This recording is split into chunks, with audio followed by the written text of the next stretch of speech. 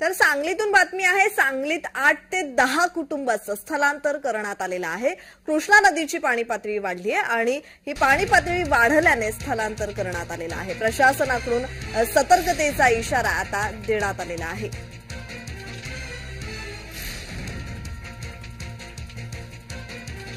राज्यात अनेक ठिकाणी पाऊस बरसलेला आहे। नदी नाल्यांना पूर आल्याचं पाहायला मिळालं होतं आणि अनेकांचं यावेळी स्थलांतर करण्यात आलेलं आहे। नदीकाठच्या गावांना सतर्कतेचा इशारा देण्यात आला होता आणि याच पार्श्वभूमीवर सांगलीत सुद्धा 8 ते 10 कुटुंबांचं स्थलांतर करण्यात आलेलं आहे। आम्हाला महापालिकेतले लोक आले होते, पाणी वाढणार आहे आणि दुपारपर्यंत तुम्ही कुठेतरी स्थलांतर व्हा, 17 नंबर शाळा जाऊ शकता तुम्ही, तिथं नियोजन केलेलं आहे। आम्ही रूम घेऊन तिथं चाललोय, कारण आमचं छोटं बाळ आहे, गरोदर सून आहे, म्हणून आम्ही एका रूम घेऊन भाड्यानं तिथं चाललोय।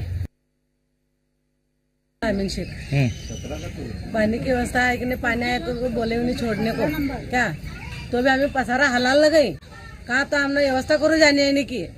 हमारा कौन मेहमान क्या नहीं यहाँ, कहाँ जाने वाले बच्चे कच्चे ले कोई हो बोलो तुम्हें कत्ताच है, बाकी क्या नहीं। व्यवस्था नहीं था भरपूर कहीं पसारा, दुकान का माल बिल सब भरने का जाने का, कहाँ जिंगो जाने का, हमें घर को जाने वाले लोग महापालिका लोग आए थे क्या? नहीं आज नहीं, आएंगे, आने लगे एक आने लगे, आए तो हमें जाने वाले तो मोकले कर।